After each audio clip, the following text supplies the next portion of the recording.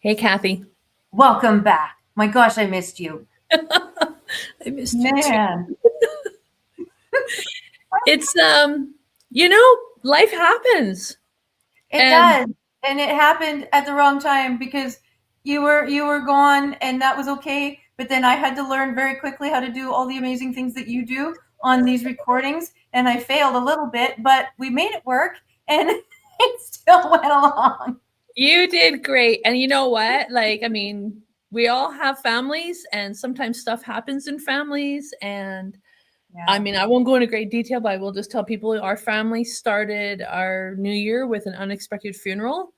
And we still have somebody else in the hospital that is a little touch and go. We don't know. So, and at the same time, everything's happening in Alberta with this petition, and something that I personally and you personally and so many thousands of Albertans have been pushing for so long. And so I'll be honest, I've been really torn because, attending to family issues, and then also knowing that all this stuff is going on back home, and how much I want to be a part of that and have, pushed for it for so long. So it's life. Like, you've got your hard times and the good times and the sad times and the exciting times. So I'm just living it right You now. are.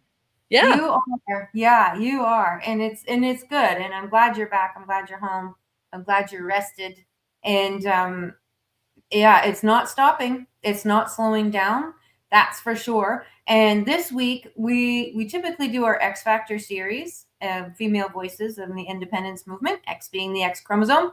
But this week we're going to deviate a little bit and enjoy some history in the movement and a family that has been very prominent in this movement. We came upon a story that a very proud son wrote about his mom on Facebook. And it really touched both of us.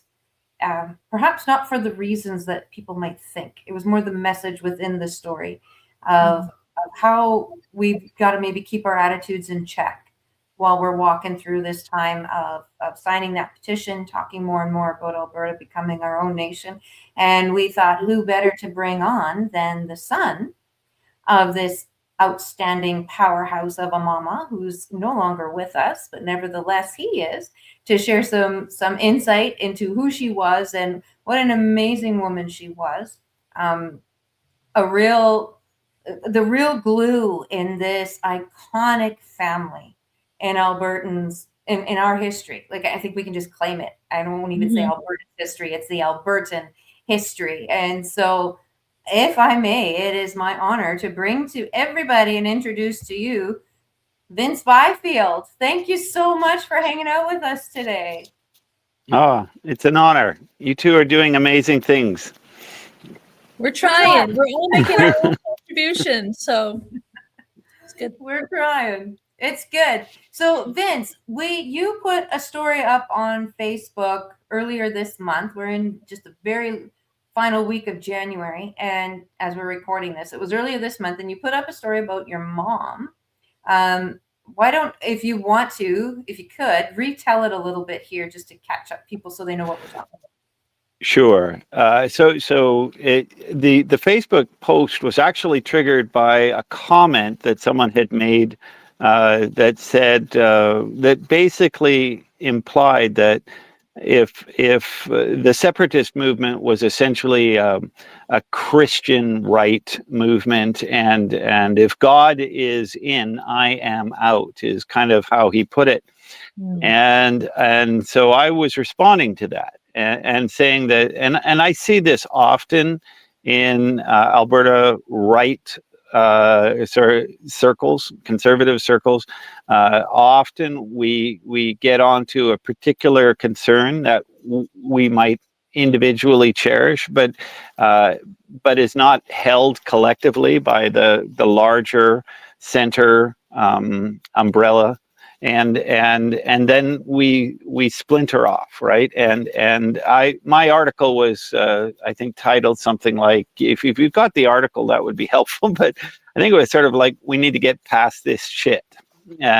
Excuse my French, but and so I gave the example because my family is noted for two things in Alberta, at least.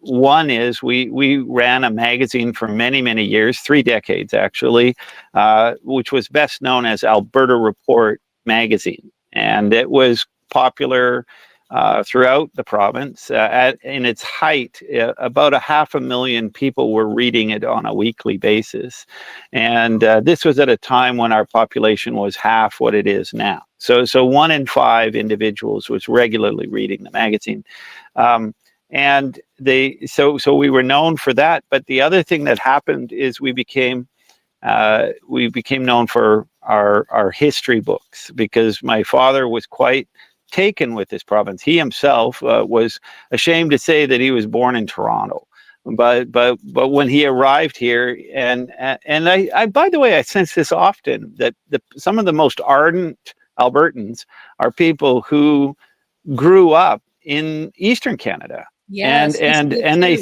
they see a disparity much more clearly than people who've literally grown up here and are accustomed to this inequality that is now so blatantly apparent. But the point of my article was that if we continue down this road of, well, if you don't agree in exactly everything that I agree with, then I'm out. Well, that attitude, if we will not win this referendum if we continue to hold on to that kind of thinking. And so I used the example of my mother, who is very much the reason why my father was able to accomplish all the things that he was able to accomplish in his life. And the example I gave was, there's more background I have to provide here. So I grew up in essentially a Christian commune. My father had started a few schools, 3 of them total. First one north of Winnipeg. It was called St. John's Cathedral Boys School. And then he came out west and set up another one near Stony Plain called St. John's School of Alberta. And these were, all the people that worked in these schools were paid $1 a day. And we all lived in one place. Later, Dad started the magazines. Alberta Report was first known as St. John's Edmonton Report, right? And so he had managed to get his hands on an entire apartment for $1. That's another story. And so we were living in that apartment. And my mom was an extraordinary woman. She would feed most of the single men in the company. It was called the Company of the Cross, and she would work a full day doing she was a writer and an editor for the magazine, and she was raising us, right? She had 6 kids, right? So it was just astonishing what she was able to do. But when she had her time off, if she had her druthers, she would walk around in our apartment with basically just underwear, bra and panties, right? And one day, while she was cooking the meal, she was basically over the stove. My mom also smoked, right? So she was preparing a meal, and she was sort of over the stove with a cigarette kind of hanging down. And one of the young men by the name of Gord Solway accidentally walked in on her and didn't expect to see her in her underwear, and said something like, "Oh, geez, Gin," because my mom's name was Virginia, but most people knew her as Ginger or Gin. "Oh, geez, Gin, I'm sorry." And Mom was incredibly cool about the whole thing. She just sort of looked over and then went back to her work and said under her breath, "It's all right. If you can stand it, I can stand it." And that was, and that summed up in many ways my mom's attitude to many things. I'm reminded of another example. The magazine was always on the brink of bankruptcy, and a gentleman came to. At this point, we were now living in a house, and we had gone and we started paying people actual salaries, but that didn't change the fact that the magazine was constantly teetering on being broke. And so the general manager showed up at the house, and Mom was in the front yard weeding. And he came rushing up, needed to find my dad. My dad's name was Ted Byfield. I didn't introduce him at all. But anyway, he said, Jen, where's Ted? And she said, great, Jen, my mom didn't know. And he said, I have to see him. We're about to go bankrupt. And Mom didn't change anything. She just continued doing the weeding. And he said, Jen, didn't you hear me? I said, we're about to go bankrupt. And Mom briefly paused, looked up at him and said, if you only knew how many times I've heard that statement. And then she said, and if only it were true. And that sort of summed up, like, we were always going lurching from crisis to crisis. And Mom had been dealing with this by that point for probably 3 decades. And she had just become so immune to all of this stress, right? And but she was the rock of the whole family. It was really quite amazing. She was an extraordinary woman. The Globe and Mail, by the way, did a huge write-up on her when she passed away. It was almost a full page. Wow. And because there was a time when somebody discovered that all the winners of at the National Magazine Awards of Canada, every single one had worked at our magazine, at Alberta Report. And so Mom had played a large role in training these writers. And so when she passed away, unbeknownst to the family, they collectively put this piece together. Peter Sean Taylor, I think, was the principal author. But they revealed a side to my mother that I had no idea of. They were all quite afraid of my mom. And because she was known to be just razor sharp with her wit if she needed to be, and she would speak in a very polite manner, but she would decimate their egos, let's put it that way. Anyway, but they all clearly dearly loved her, or they wouldn't have put so much work together for such an impressive obituary. So anyway, yeah, quite an amazing woman. No, she really sounds like it. And what I really liked about the article was, one, like the visual, the picture, and I grew up in the 70s and 80s too. And, my mom was like this hippie that eventually just ended up staying home and having all these kids. And so when I read the article, I was just like, oh man, like, one, take me back. Two, as a child, I was an early and voracious reader, and the Alberta Report was one of the first things that I would read every week as an 8-year-old. That was my first foray into politics. And so to read about the woman that was, a large part of this and behind that, I was just like, wow, this is really cool.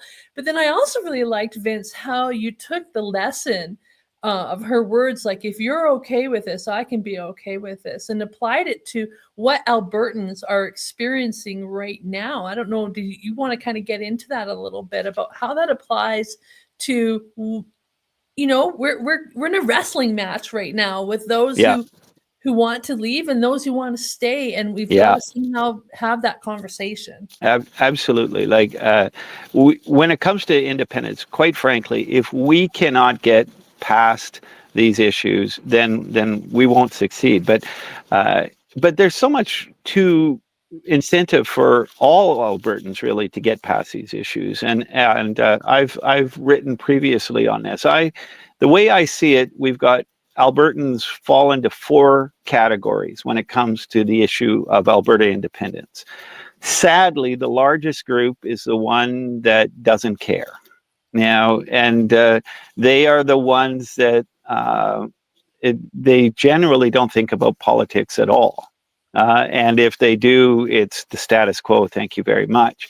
But that group is, I just anecdotally talking to people here in Edmonton, of all places, it is diminishing. But the other three groups are quite different in what they want to achieve. I'll start with the smallest of the three, and that would be the people who want to leave Canada and become American. Now, I just, again, this is anecdotally, but I would say maybe 1 in 10 Albertans are around that in that group at this time, and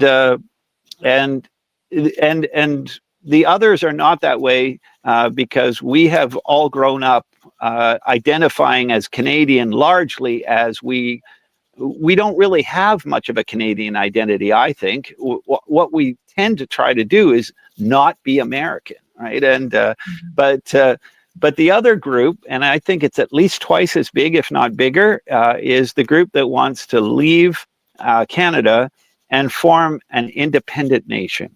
And that's probably 2.5 times larger, but again, these numbers shift a little bit. So collectively, they're 1 in 3. I think that's fair to say. There have been numbers that have shown higher, and there's been ones that showed lower. I've seen it anywhere from 25% independent sentiment to 40. I think it was there was one I saw that was 43. None of that's going to win a referendum. Just so we're clear here, we've got to be much higher than that. But then there is a group that, and this is the most important group I think to really be focusing on right now. These are our neighbors. They know that we've got serious problems in this country.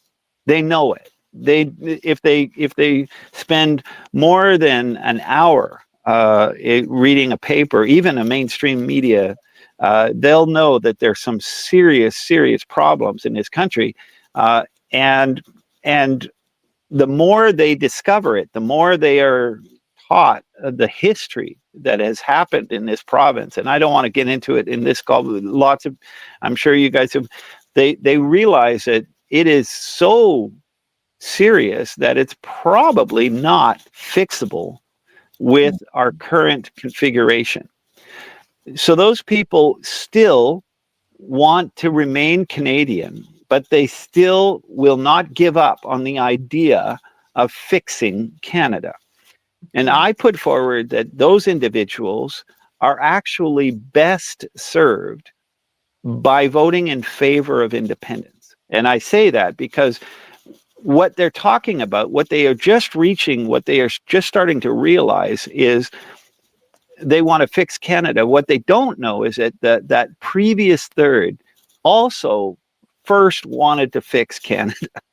And they have been learning that this has been the instinct of Albertans for the last 120 years. We've been trying to fix it, and we've tried over and over. And the strongest and most powerful attempt was the formation of the Reform Party, which my dad played a key role in with Preston in that creation. We got it to the point where the gentleman that was one of the lead signatories of the famous Firewall Letter, and if people listening to this are not familiar with the Firewall Letter, please Google it.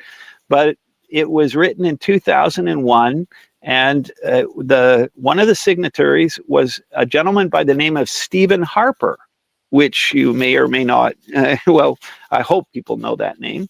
And within 4 years of him writing that letter, he became none other than the Prime Minister of our country.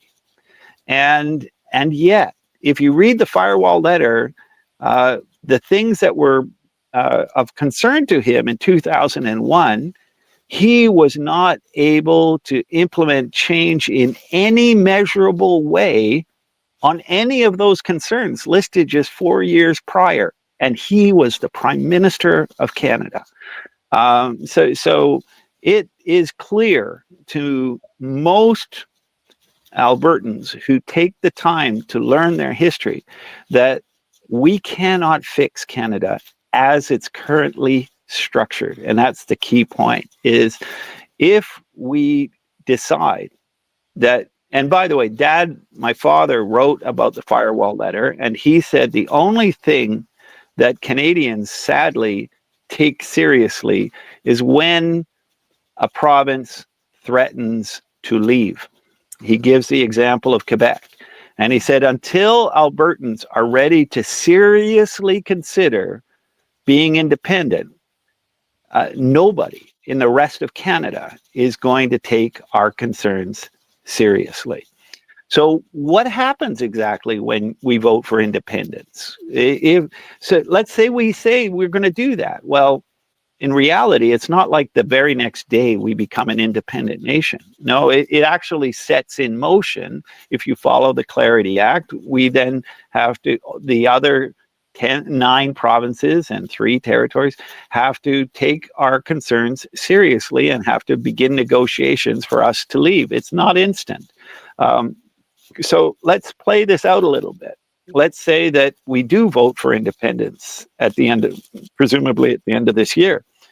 Well, that would probably set in motion similar movements in Saskatchewan and also in Quebec. So now we have probably 30% of the provinces are now either openly declaring an intent for independence or in the process of doing so.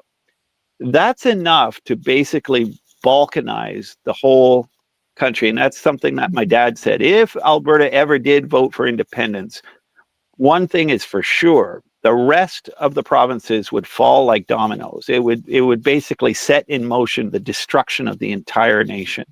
But that's not necessarily the end of Canada. So this goes back to my earlier point with the folks.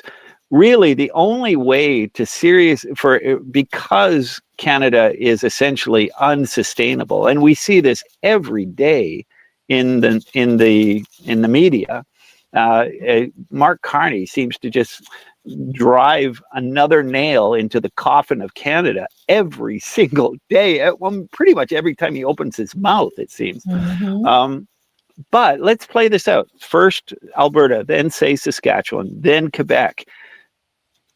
This actually creates an opportunity now for the 10 provinces to sit around a table with, say, the 3 territories. So that's actually totals 13 colonies, shall we say.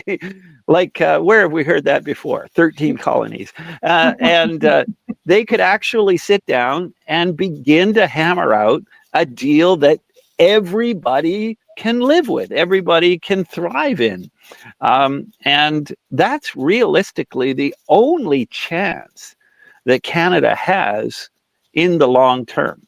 So, and that will not happen until Alberta sets it in motion with a referendum for independence. So it's not a destruction of Canada, it's a destruction of a broken Canada. So ironically, the 3 groups that I mentioned, the people who want an American state, the people who want an independent Alberta, and the people who want a fixed Canada, all 3 should be voting yes on independence referendum day, right? So anyway, I wanted to share that. So that's really good insight. One of the things, I'll just throw this idea at you when I'm doing my presentations, and I take people through what has to happen to open up the Constitution, right? And what that process looks like. And one of the concerns that I have that I publicly share is that if we open up that Constitution, our numbers, just mathematically, we're not able to have a real big seat at that table. And so what if the East decides to make things worse than they already are, right? And that's when we say, well, it's like any other, or this is how I respond to it, is like any other negotiation. Sometimes you got to walk away. Yeah, absolutely. Like, right? I personally think that the more Albertans know what has gone down, the less likely refederation can occur. But I also have to say to the folks that are voting, like, it's the only chance left, right? Like, Canada is so broken now. And if we just sort of step back for a moment and look at what's been happening internationally, but within our sphere. Just in the last couple of days, there's been much ado about Greenland, right? And and President Trump it looks like he's well on the way to acquiring Greenland. So then here we are. Here's our neighbor to the south that we do 3/4 of our business with. Here in Alberta, it's like 90% of our business. Then they have up here Alaska, and over here now Greenland, and then we're right in the middle. My older brother Mike was visiting. He lives normally. He spends a lot of time in Mexico. He was here for Christmas. And he said, he used to be the business columnist for the Calgary Sun for years. And he thinks that it's very possible that the United States is deliberately trying to cause economic depression in Eastern Canada to sort of accelerate this destruction of the nation, and with the intention of divide and conquer. Right? My brother is not in favor of Canada joining the United States, but he's more in favor of an independent Alberta. But he sees this, and it's the actions make him lean towards that. But your point about the nation, we would be outnumbered, is very true. Remember that it would presumably still be the 10 provinces, right? So the concerns that we raise, we know Saskatchewan shares almost all of them. And once the others start to think about it and say, well, we're not going to form another, or if we are going to refederate, it sounds like Alberta is out, probably Saskatchewan is out. Where does that put British Columbia? British Columbia, are they going to continue to say no more pipelines? You, Kathy, Angela, you know that we hold a major card in negotiation with them. It's called the railways, and so if they decide to sort of blockade our oil, well, we can blockade back, right? And so that would create all sorts of economic catastrophe, really, for British Columbia. So it's not really an issue. Obviously, the moment we can actually function as an independent nation, and we are sort of untied in terms of our negotiating power, the pipeline issue will resolve itself almost without incident. Right? Very quickly. Mm-hmm. Yeah, we agree. We agree, and say that exact same thing quite often when we're doing our talks with people and helping just to allay their fears, right? Because I think that's the thing with Albertans. We've been beaten down by Ottawa now for so many decades that there's almost that Stockholm syndrome that we're having. Absolutely. Well, we've all grown up going to through a school system which places a ridiculous amount of emphasis on largely Eastern Canadian history. Right? Our own history is not really covered. Our own history is, quite frankly, very fascinating. So Dad did 2 sets of books, one history books. He did other books as well, but he's best known for them. One is a history of all of Alberta. He did 12 volumes, hardcover volumes. I can show you. They're in the back behind me here. They're also behind Premier Smith. They're also behind Premier Kenney. It's really exceptional, these books. I am not aware of any other province or state that has had 12 large hardbound volumes done of the history of just that province or state, and yet Alberta has that, and our history is really, really rich and really, really interesting. The more you read about what was going down here in Alberta in the 1930s with the launching of the Social Credit Party, it's absolutely fascinating stuff, right? And but almost none of that is covered in our own social studies program, and that's wrong. Something that I'm hoping will be corrected in due course. And we also seem to have a disproportionate emphasis on First Nations. My kids going through the system, our youngest is in grade 9 now. It seemed like every single year they were focusing about at least a quarter of their time on First Nations. So this is a part of our population that's at best 5% of our population, and here it is covering 25% of our social studies program. That doesn't compute, right? So I agree. Yeah, interesting. Go ahead, Kathy. What are you thinking?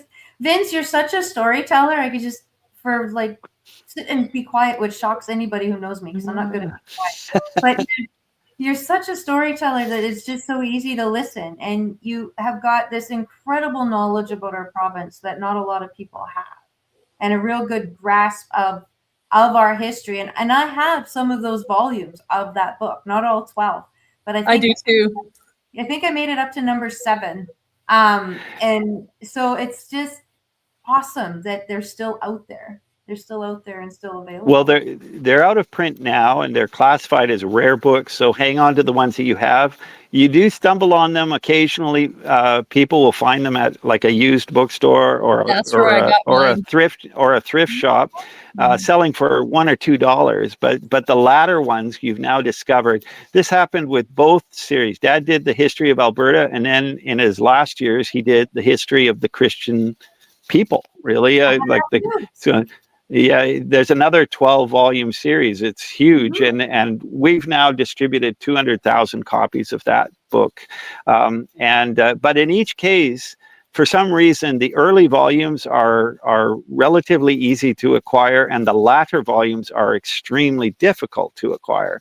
So if you ever want to complete your set, let me know. I do have a few, but volumes, the middle volumes, I'd say volumes 8, volumes 9 are extraordinarily rare to find. So, wow. But what were you said something? I'm trying to remember now. Anyway, it'll come back to me. But anyway, carry on. Probably shocking that I was actually being quiet. That's usually. oh yeah. The first time I met you, Kathy. It's going to be almost 3.5 years ago now. It was at the basement of the Sawmill restaurant in Edmonton. It was a Wild Rose Independence Party gathering. I believe it was a fundraiser being put on largely by Dennis Modry. And that was my first, the interesting thing, I'm a relative novice to politics. I left all of that stuff to my mom, to my dad, and to my brother Link, who was elected as what they call a senator-elect. He was elected to be a senator. Went through the entire electoral process here in Edmonton, or in Alberta, but was never recognized by Paul Martin or Jean Chrétien or Justin. Right, so he never actually became a senator. Instead, we get other people, which we won't mention at this time. But anyway. Yeah, so I wasn't all that involved, and there I was, and that's the first time I met you, Kathy, and it was an extraordinary evening. There were all sorts of interesting characters. I really think that sums up the independence movement. Dave Bjorkman was there, right? And that's great. It was, and it did not go the way Paul Hinman wanted it to go, because I believe my concern at that time was the Wild Rose Independence Party had the word independence in its name, but in its value statement or its mission statement, it didn't have anything to say about independence at all. And that was a concern for me. And Paul was trying to convey to me that, this sort of thing has to happen gradually, and I was much more impatient. I said no. I was now a committed separatist at that point. And pretty much have been ever since. Yeah. But one of the highlights was meeting you there, Kathy. So, because quite frankly, at that time there weren't a whole lot of female independence-minded leaders yet. That is changing, and largely, I think, due to the work of you two. But now it's a much more all-encompassing group, and it's great to see. It really is. It is, and I think that's the key, right? Is that we become encompassing to anyone who can get on board with this, whatever your reasons might be, whether it is because you want to just open up Confederation and give Canada one last chance, or if it's because you truly believe that Alberta can stand on our own 2 feet, that we need to do that this is the only way. And then kind of every point of view in between those two, we need to be encompassing to anyone that can get on board with that. Yeah. Exactly. Yeah. Exactly. So we're at a critical juncture. A lot of people say, well, we're not going to grow much farther. And I think that actually the opposite is true. Lauren Gunter pointed out that this is still Lauren Gunter, columnist for the Edmonton Sun, also former Alberta Report writer, by the way. He said that it's really remarkable that the independence movement has grown as fast as it has and as large as it has without a real obvious leader. And right. Now there are many leaders in the group, but no one big leader. And he said, if that actually were to happen, if that big leader were to present themselves, it would not be hard for them to continue to grow dramatically. So there is always that possibility. But in spite of that not happening, we keep growing. And we are now at a point where, the independence movement, there was an independence movement right at the beginning of the province. There's a fellow by the name of Alwyn Bramley Moore. I'm not sure if you know that name, but he wrote a book called The Case for Home Rule in 1911. And he went on he was from Edmonton. He was an MLA. He was a Liberal MLA, actually. Unfortunately, Alwyn passed away. No, he didn't pass away. He was killed in the First World War on the front line. But nonetheless, the independence movement in that day, admittedly, was single digits at best, like not even 1%. But over the years, as the grievances built, especially in rural Alberta, where the memory of these grievances tends to stick around, it's gone from 1% to 2%, then to 4%, then to 8%, then during the National Energy Program to 16%. Now we're at 32%. There's a pattern here, a doubling each and every time. We only need to double one more time. We're at 33. Doubling to 64. It's really just a case of talking to your neighbors now, teaching them, giving them, sharing our stories. And the more they discover, especially the new Albertans, the ones who came here from other countries because they had a vision of what Alberta and of what Canada is, and they are discovering to their horror that is not what they thought it was. Those individuals, when they start to realize the possibilities through independence, they become fierce, just like I was 3-4 years ago. They become fiercely pro-independence. And so just have to have those conversations and create the environments for those conversations to naturally occur. Going from 1 and 3 to 2 and 3 is actually not that hard. And that's all we have to do now. That's right. Yeah. That's right. And I think it's happening because at the events that I've been at up here, I'm hearing people coming back to me after and messaging me saying, you know what, I brought 3 people to that to come and just watch me sign and then hear you speak. And as soon as you were done speaking, they went and signed. Like they just needed that little bit of extra information and affirmation, reassurance. And so it's coming. And what you described, the 2 to the 4 to the 20 to now, that's the Fibonacci, right? Yeah. It's that Fibonacci pattern. So we just need one more jump and we're there. Yep. The other thing that's happening is, like, I have 4 kids, as I told you. 2 of them are young adults now, and that's the group that's where we're growing the fastest. They have the most actually at stake. They're starting to realize that they may not actually ever own a home. They all the things that the previous generations took for granted, they're not going to get unless something changes. And the more they educate themselves, no thanks to our education system, but the more they educate themselves, the more they realize their only serious shot at significant prosperity is to become independent. That's it. That's it. And they know what time it is because they're showing up at these events and they are asking remarkable questions. Yeah. Just like they get it. They understand it. They're ready. They're prepared. One young guy, man, I don't even know if he was 30 yet, to be honest. That might even be generous last night. He's even thinking further ahead than just the monetary benefits that are going to come from this. He says, so what happens when the East wakes up one day and realizes that they screwed up and we're not supporting them anymore? And I said, well, that's going to be a hard day for the East, but I'm not sure where you're going with this question. And he says, well, like, what's going to happen? And he didn't want to say it. And I said, are you thinking that there's going to be some physical realities from that? And he says, I think so. And I said, well, we'll be ready for that. We'll be ready for that. I said, I don't think it will come to that. I don't want it to come to that, but we'll be ready. If you're referring to sort of physical aggression, basically, then I actually don't see it happening. There's been first of all, the people who are most offended are the older folks. There's been a lot of humor being passed around of late about the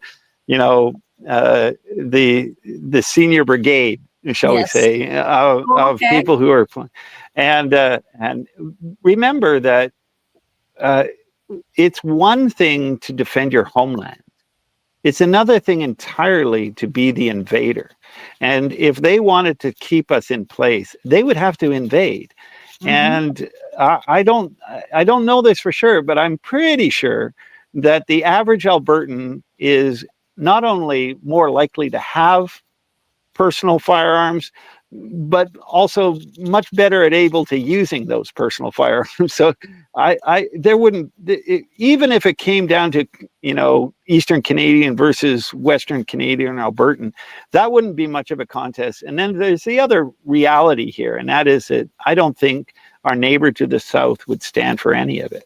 So conversation went. That's exactly where the conversation went. But it's so interesting to me that he was thinking about that. Yeah. Well, he should, right? Because that's always a possibility. That's the beauty of democracy, is that democracy helps us to resolve these things without using the barrel of a gun. Right. And so, but you're right. He's right. If the Eastern Canada refuses to acknowledge the peaceful way to part, then the non-peaceful way to part is the only other option. But I just don't see it happening. In the very year that our province was formed, Norway separated from Sweden, and that went without incident. And I think the same will occur in our case. It will happen without incident. And all of the things like being landlocked, all of that is just going to fade away. Austria is landlocked. Switzerland's landlocked. All of these people, and they have, and they have pipelines, right? It's not like they don't heat their homes with gas in Austria. Of course they have pipelines. They just work these things out. And ironically, I'm quite sure, as I mentioned before, our issues with access to the coast are going to be improved upon by being independent. Because largely we're being hamstrung by Ottawa right now. So people, the more they think about it, the more they realize how vastly better off all Albertans will be through independence. Yeah, I agree. Vince, you're amazing to talk to. Thank you so much. Like, it was such short notice. I think I messaged you yesterday morning. Hey, you did, yeah. Thank you. Like, really, yeah, that's wonderful that you're willing to come on and share your experience. You have a unique experience, growing up with the parents that you did and the experience that you had growing up, and I'm always grateful when folks are willing to share that and get a little personal. Well, there's so many things. I'll leave you with this. My neighbor across the fence, his name is Ed Kennedy. His father was Orvis Kennedy. Orvis Kennedy was the campaign manager for Ernest Manning. And he gave me a book, which it's an extraordinary book. It's 3 feet high, 2 feet wide. Some pages are made out of canvas. And this was essentially the PowerPoint presentation of William Aberhart for his re-election campaign in 1940. Oh, wow. And it's an extraordinary book, right? It's and he paints what he had to deal with back in 1935. It's a lot of it is very relevant to what we're going through today. This was in the middle of the 1930s. He describes on one page the budget for the entire province was $18 million. It's hard to imagine that now, but $6 million had to be earmarked to service debt from the previous 6 premiers. It's just what he did after that. Some of the things he did to try and stimulate the economy is very, very controversial. He tried to create his own money, essentially, prosperity certificates, etc. It's absolutely fascinating. We have such an extraordinary history. There's so much more to talk about, but 45 minutes, we're done. So. Well, we'll just have to have you on again. That's all. Oh, I would enjoy that. You two are delightful. We'd love to do that. Well, then we'll make sure and do it again, Vince. Thanks again. This has been fantastic. We really appreciate you. Likewise. All right. God bless. Thank you. Bye-bye.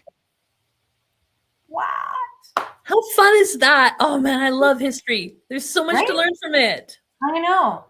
And you know what? I think what a takeaway, just without even thinking about it for more than 5 seconds, what you and I do is take people through a historical journey, right? About how we became a province and how the government system is designed the way it is and why it's that way and all the rest. And so to listen to Vince talk and kind of fill in all the gaps, if you will, right?